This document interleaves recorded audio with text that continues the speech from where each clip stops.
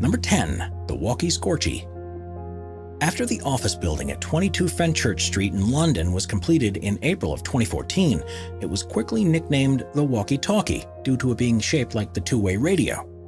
However, the nickname Walkie-Scorchie was soon added to this list due to the building giving off extremely hot rays. You see, architect Raffaele Vignoli designed the building so that it would be concave in the middle, which ended up being a massive error due to it reflecting light rays on the street below. And while Vignoli admitted that the design team originally thought that the heat of this ray would be about 36 degrees Celsius, they were surprised when they found that instead it comes in at about 72 degrees Celsius on very hot days. As a result, it's been a cause of widespread damage on the street and has gained notoriety for doing everything from frying eggs and baguettes placed on the sidewalk to burning the top of a parked Jaguar convertible. When you then further consider that the Walkie-Scorchie has even caused wind funnels on the street below that have knocked both people and street signs over on multiple occasions, it's clear that this building was pretty badly built. Number 9. The Ray and Marietta Data Center. Built to house several of MIT's lecture halls, offices, and auditoriums, the Ray and Marietta Data Center is nothing if not unique. After all, it features a number of curved walls, sharp angles, and slanted windows that appear to defy the laws of physics. Yet while such a design may look trendy, it certainly isn't practical. This is evident because just 3 years after its 2004 opening, MIT filed a negligence suit against architect Frank Gehry due to a number of major structural issues with the building. In particular, they cited that, among other things, poor drainage was causing cracks to appear on the walls, large icicles were being formed across the rooftop, and mold was growing on the brick exterior. Costing the school more than $1.5 million in repairs on a building that already cost them about $300 million, we're sure that MIT regretted giving Gehry this project. Number 8. Lotus Riverside. Typically speaking, mud is not exactly the best material to build an apartment on top of. However, thanks to the carelessness of the architects, the base of Block 7 of the Lotus Riverside apartment complex in Shanghai, China, ended up being made of exactly that. Now, this predicament started when the builders of the block decided to dig out a 4.6-meter deep underground parking garage for the complex. Yet rather than move the dirt to a secure location, it was brought to a landfill beside a creek. The weight of this dirt then caused the riverbank of the creek to collapse, and as a result, water began to seep into the ground beneath Block 7. Making the dirt surrounding the apartment block wet, soft, and ultimately muddy. This was not stable enough to hold its weight in place. As a result, on June 27th of 2009, the entire building came tumbling down, trapping and killing one unfortunate worker who was left inside. Number 7. The Standard Oil Building. Completed in Chicago in 1973, at the time of its construction, the Standard Oil Building, which is today known as the Aon Center, was the third largest skyscraper in the city. Impressively, once completed, it was officially the world's tallest marble-clad building, as it was sheathed entirely with 43,000 slabs of Italian Carrara marble. However, it was this foreign marble that ended up causing a lot more trouble than it was worth.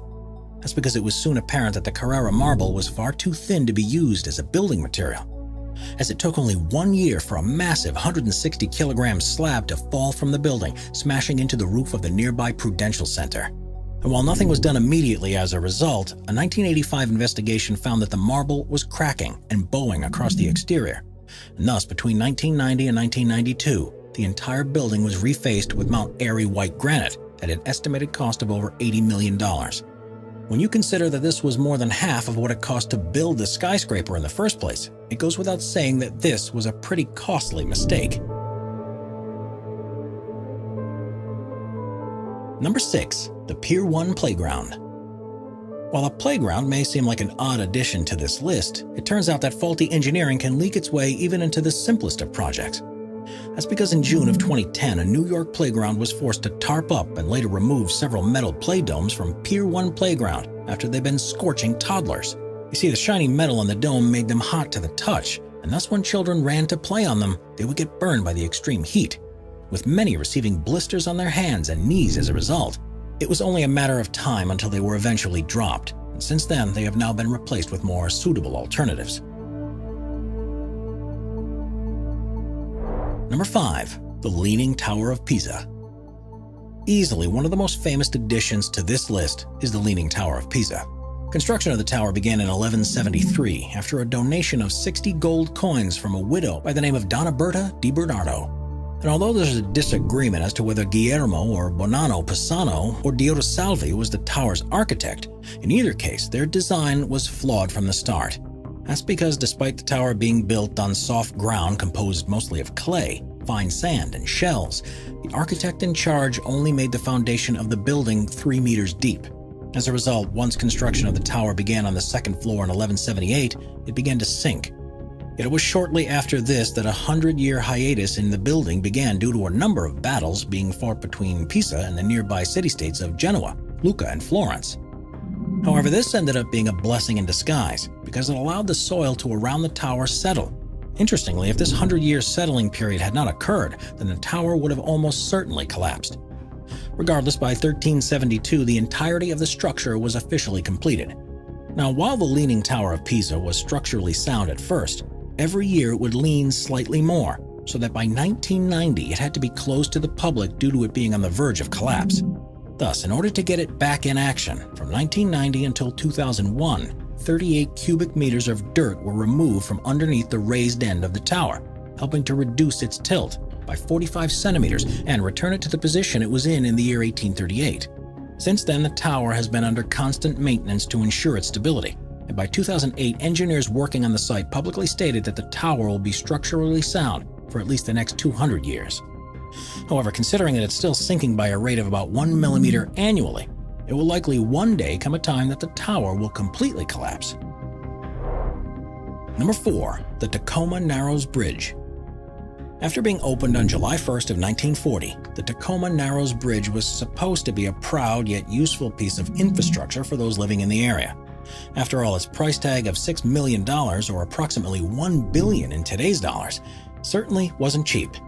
And the bridge was supposed to provide a route across the Strait of Washington State's Puget Sound for the foreseeable future.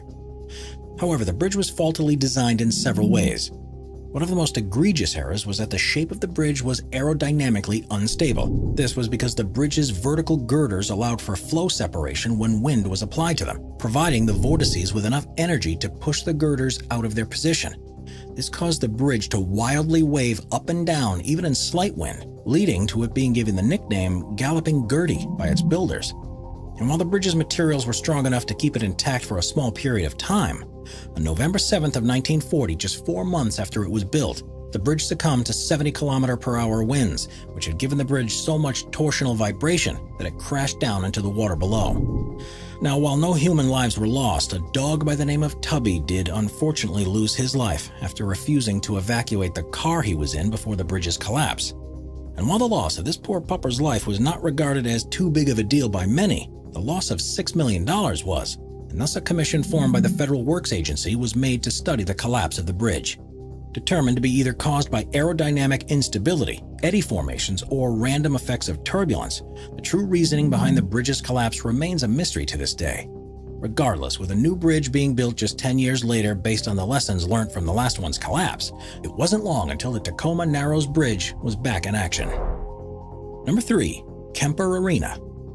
Going by the name Hy-Vee Arena as of 2018, the old Kemper Arena gained widespread infamy in 1979 when its roof collapsed due to a structural error. The Kemper Arena had been the home court of the NBA's Kansas City Kings when on June 4th of 1979, a major storm with heavy rainfall and 110 km/h winds caused much of the roof to collapse. Luckily, no one was inside at the time, although the entire disaster could have been avoided had 2 architectural mistakes not been made. The first was that the roof was designed to only gradually let out rainwater so the local sewer systems would never be overwhelmed. However, this caused water to pool up on top of the stadium, adding a lot more weight and pressure to it than anticipated. The second was that a miscalculation on the strength of the bolts on the hangers meant that in 110 km/h winds or more, the roof would sway back and forth, which with the weight of the pooled water would put even further pressure on the structure. Thus, once enough pressure mounted, a 66 by 61 meter portion of the roof collapsed, blowing out some of the arena's walls and ultimately damaging the entire building.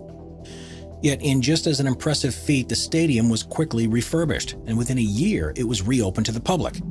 As a result, it has since been host to thousands of events, and as of now, the roof seems to be in perfect working order. Number 2. The John Hancock Tower. After being completed in 1976, the John Hancock Tower, which is more widely known as the Hancock, became one of the marvels of Boston's skyline. After all, its striking, minimalist, and modern appearance makes it one of the most visually appealing structures in the entire city. However, since its inception, it has had several design problems, with 2 of them standing out amongst the rest. The first major issue was that the Hancock's foundations were not as secure as they should have been. This is because even in rather modest winds, the Hancock would sway back and forth at intervals of between 5 to 8 inches, causing motion sickness at best, and at worst, making the tower in danger of falling over. As a result, in order to remedy this, the owners of the tower had no choice but to place 1,500 tons of diagonal steel bracing on the 58th floor, with this acting as a counterweight whenever the building twisted. However, a just as dangerous issue with the building was its glass windows. That's because the 227-kilogram blue reflective glass panels would often crash into the street below, with this being directly caused by both the aforementioned swaying of the building and the repeated thermal stresses on the glass caused by the expansion and contraction of the air between the inner and outer glass panels. Luckily, the owners of the building caught this mistake before construction was completed, and hence in 1973 they replaced all the existing blue reflective glass panels with single-pane, heat-treated windows. Yet considering that this all came at a cost of between $30 to $40 million in 2020 dollars, we're sure said owners weren't all too happy with this mishap. Number 1. The CNA Tower. While Chicago's bright red CNA Tower may be an interesting sight to look at, for one unlucky passerby by the name of Anna Flores, this building ended up being her undoing. That's because on October 8th of 1999, a jagged shard of glass fell from the 29th floor of the building, smashing her in the head and ultimately killing her while she walked by with her 3-year-old daughter. Yet what perhaps the most unfortunate about this episode is that it certainly could have been avoided. After all, the building's windows have been cracking ever since it was first built in 1975. In short, this cracking phenomenon was primarily caused because the window's glass could not withstand thermal stress, which occurs when a warm area of glass expands against a cooler area, creating a pressure that can cause it to crack. And what was perhaps the most worrisome about this thermal stress is that the building's owners had been made aware of the issues with the CNA Tower's window panes after someone was injured by falling glass in 1994. At least one study suggested that the owners pay for the building's windows to either be replaced or reinforced with a restraint system that would hold cracked glass in place until it could be fixed. However, they opted to not follow this advice, ultimately leading to Anna Flores' death when one of these damaged windows, which had already been cracked for 4 months, inevitably fell from its place.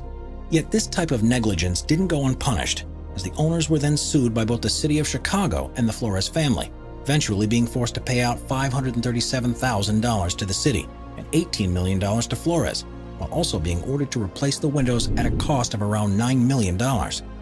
It shouldn't come as a surprise that to this day the CNA Tower has now each of its windows checked on a monthly basis.